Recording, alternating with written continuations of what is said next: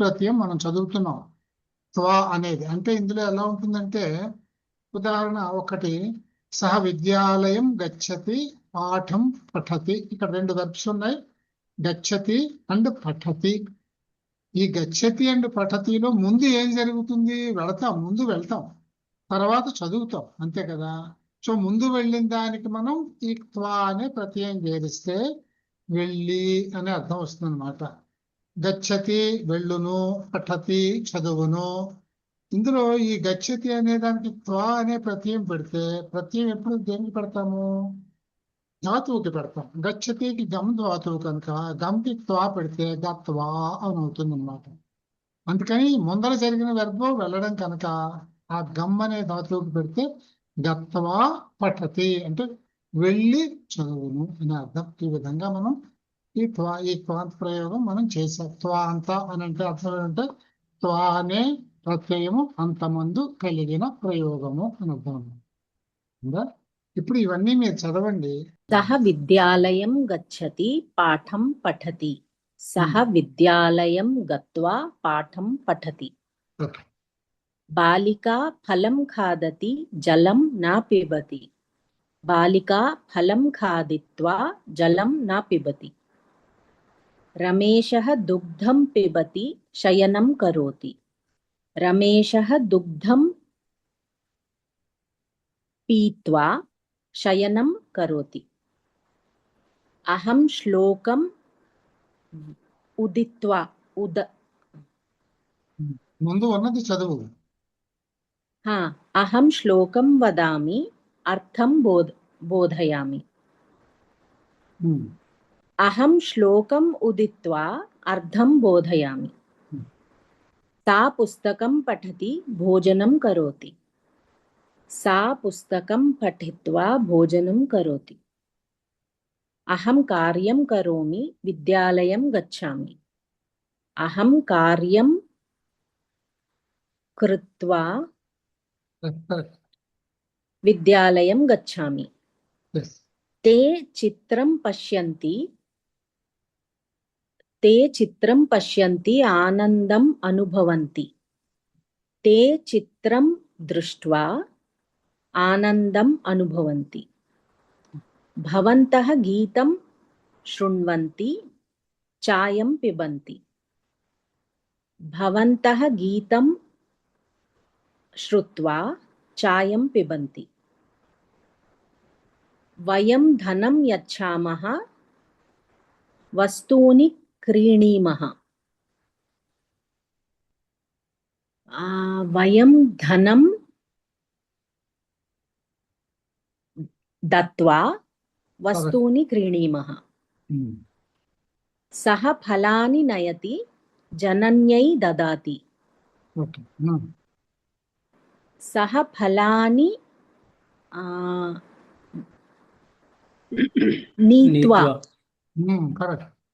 నీత్వా జనన్యై దదాతి.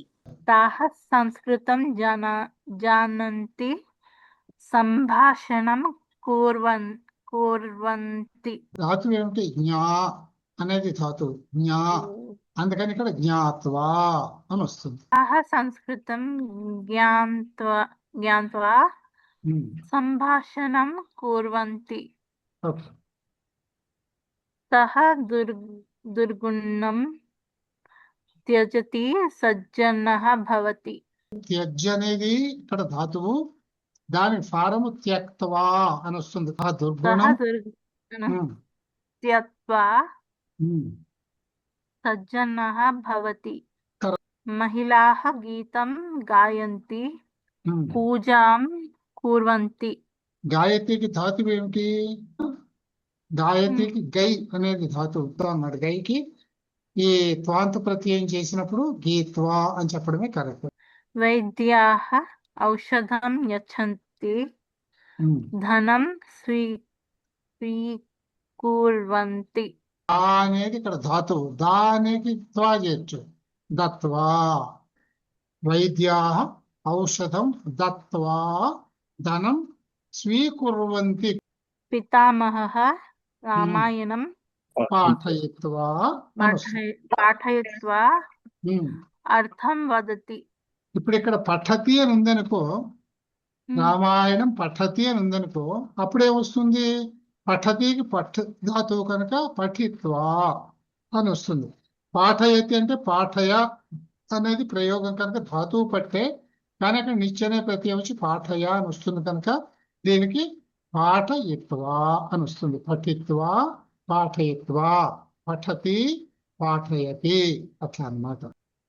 छात्रः चिन्तयति ఆ, उत्तरं लिखति छात्रः चिन्तयित्वा उत्तरं लिखति जननी पुत्रं ताडयति ఉమ్, दुःखम् अनुभवति ఉమ్. जननी पुत्रं ताड ताडयित्वा కరెక్ట్, అంతే. అలా గుర్తుపెట్టుకోవాలన్నమాట. दुःखम् अनुभवति क्रीडापटुः क्रीडति मौस् पदकं प्राप्नोति क्रीडापटुः क्रीडित्वा కరెక్ట్. पदकं प्राप्नोति पिताः पूजां कुर्वन्ति కుర్వంతి प्रसादं కుర్వంతి कुर्वन्ति ఉమ్, प्रसादं स्वीकुर्वन्ति కృ ధాతువు కృత్వా. कृत्वा ఏతాః పూజాం కృత్వా, అట్లా చెప్పాలి. రైట్, చెప్పు. एताः पूजां कृत्वा प्रसादं स्वीकुर्वन्ति अर्चकः देवम् अर्चति ఉమ్, प्रार्थनां करोति ఉమ్, अर्चकः अर्चकः देवम् ఉమ్. अर्चित्वा కరెక్ట్.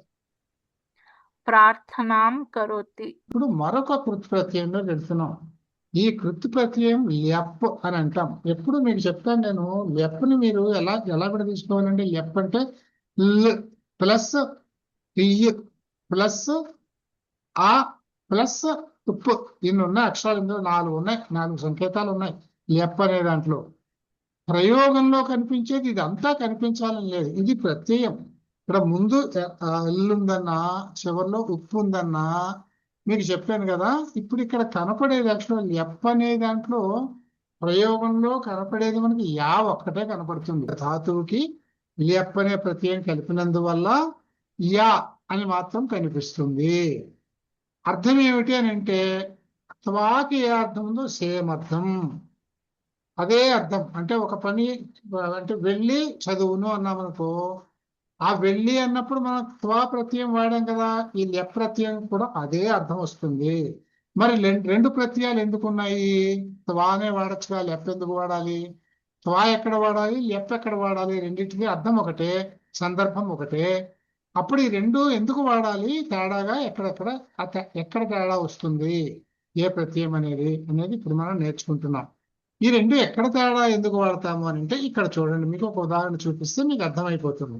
ఎక్కడ త్వా వాడతాము, ఎక్కడ లెప్ వాడతాము. త్వా వాడితే త్వా అని కనిపిస్తుంది, లెప్ వాడితే యా అనేది కనిపిస్తుంది. బాలక గృహం ప్రవిశతి అని ఉంది ఇక్కడ. హస్తౌ ప్రక్షాళయతి అంటే బాలుడు ఇంట్లోనికి ప్రవేశించును. హస్తౌ ప్రక్షాళయతి చేతులను కడుగును, శుభ్రం చేసుకును అని అర్థం. అంటే ఇక్కడ ఏం చెప్తాం మనకి, ప్రవిశతికి విశతి. ఇక్కడ అనేది ఏమిటి, ఉపసర్గ. విశతి అంటే ప్రవేశించడం. విశతి అన్నా ప్రవేశించడమే, ప్రవిశతి అన్నా ప్రవేశించటమే. ఇప్పుడు నేను గృహం విశతి అన్నా, ప్రవిశతి అనలేదనుకో. గృహం విశతి హస్తౌ ప్రక్షాళయతి అని అన్నాను నేను. అప్పుడు ఏం చెప్తాము, గృహం విషిత్వా, విష్ అనేది ధాతువు, అక్కడ త్వా ప్రత్యయం పడదాం. విషిత్వా అంటే ప్రవేశించి, ప్రక్షాళయతి చేతులు కడుక్కుంటాడు అని చెప్పాం మనం. అదే నేను విశతి బదులు ప్రవిశతి అని వాడాను అనుకో, అంటే ఏం చేశాను, ఈ విశతి అనే వెర్బుకి అనే ఉపసర్గ కలిపి ఉపయోగిస్తున్నాను. ప్రవిశతి. ఇప్పుడు విశతి ఉన్నప్పుడు విషిత్వా అన్నాం కదా అని చెప్పేసి ప్రవిశతి అన్నప్పుడు ప్రవిశత్వా అనుకోడు. ఎప్పుడైనా కానీ వెర్బుకి ముందు ఉపసర్గతో కలిపి వాడినప్పుడు ఇప్పుడు తవా బదులు ల్యప్ అనే ప్రత్యయం పెట్టాలి. అంచేత ఇక్కడ ఏమవుతుంది? ఇది ప్రవిశ్య అని వస్తుంది, యా కనిపిస్తుంది. విషిత్వా బదులు విష్య అవుతుంది, ప్రవిశ్య. ఎందుకు? ప్రా ఉంది కనుక. అది అంటే ఒక వెర్బ్కి ఇండిపెండెంట్ వెర్బ్ అయితే, అంటే ధాతువు నుంచి డైరెక్ట్ గా వచ్చిన వెర్బ్ అయితే దానికి మనం ఇక్కడ ఈ సందర్భంలో త్వా అనే ప్రత్యయం వాడతాము.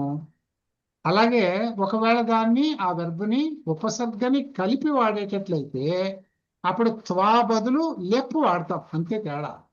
కానీ రెండిటికి అర్థం ఒకటే, సందర్భము ఒకటే. బాలక ఉత్తిష్టతి దేవం నమతి.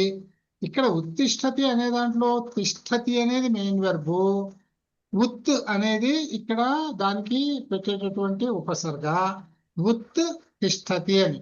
ఇప్పుడు నేను బాలక తిష్టతి, తిష్టతి అంటే కూర్చోవడం, ఉత్తిష్టతి అంటే లేవడం, కూర్చున్నాడు, కూర్చొని నమస్కారం పెడుతున్నాడు. బాలక తిష్టతి దేవం నమతి అని అన్నాను అనుకో. ఈ రెండు కలపాలంటే ఏమవుతుంది?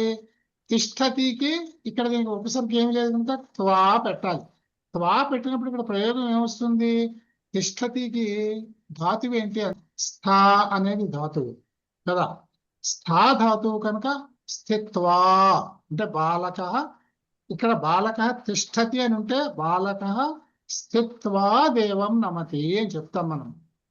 ఇక్కడ ఉత్ అనే ఉపసర్గ ఎప్పుడైతే మనం దాన్ని చేర్చామో ఉత్తిష్టతి అయినప్పుడు ఉత్థాయ అని వస్తుంది, అంటే యా వస్తుంది. ఇది లెప్ ప్రత్యయం, ఈ యా అనేది లెప్ ప్రత్యయం అదనమాట.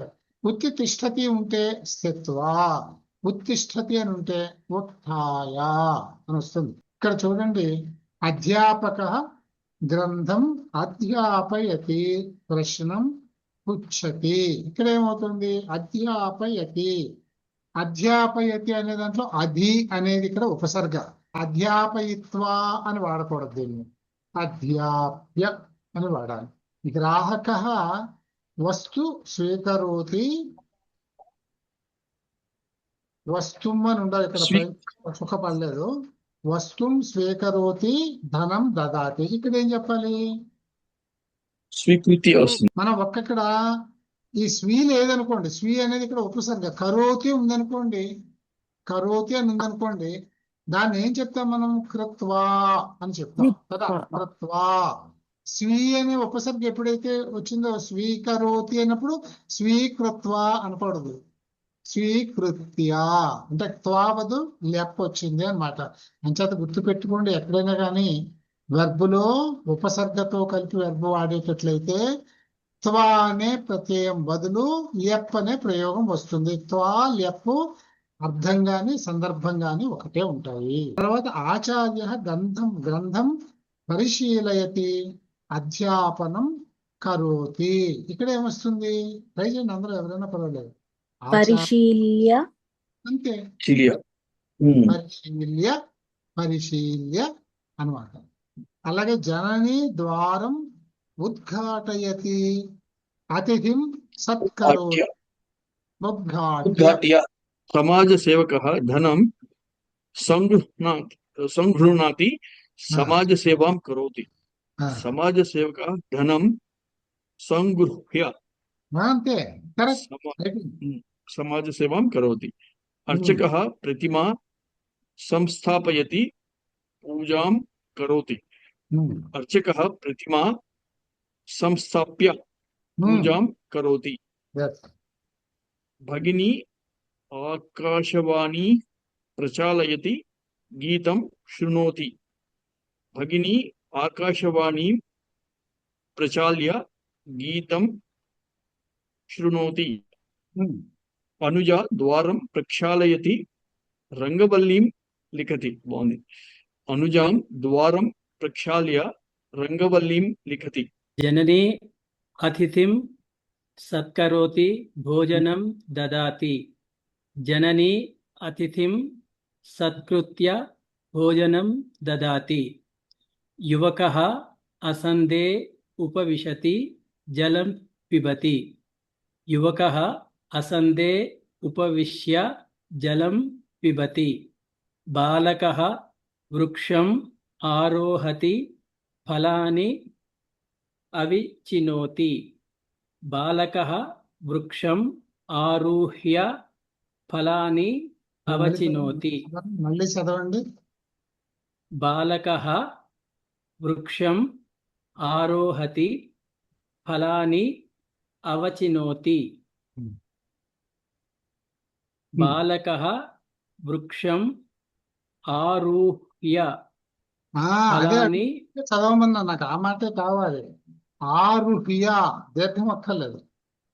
आरुह्य ओके అది ఆరుహ్య becomes आरुह्य రైట్. अवचिनोति ओके सः माम् अनुसरति वेगेन आगच्छति सः माम् अनुसृत्य वेगेन अनुगच्छति ఈ 11th లో అవిచిన్నోతి అనే వర్డ్ మీనింగ్ అర్థం తెలియదు సార్. అవచినోతి, చినోతి అంటే ఎంచుకోవడం అండి. అవచినోతి అంటే జాగ్రత్తగా ఎంచుకోవడం అన్నమాట.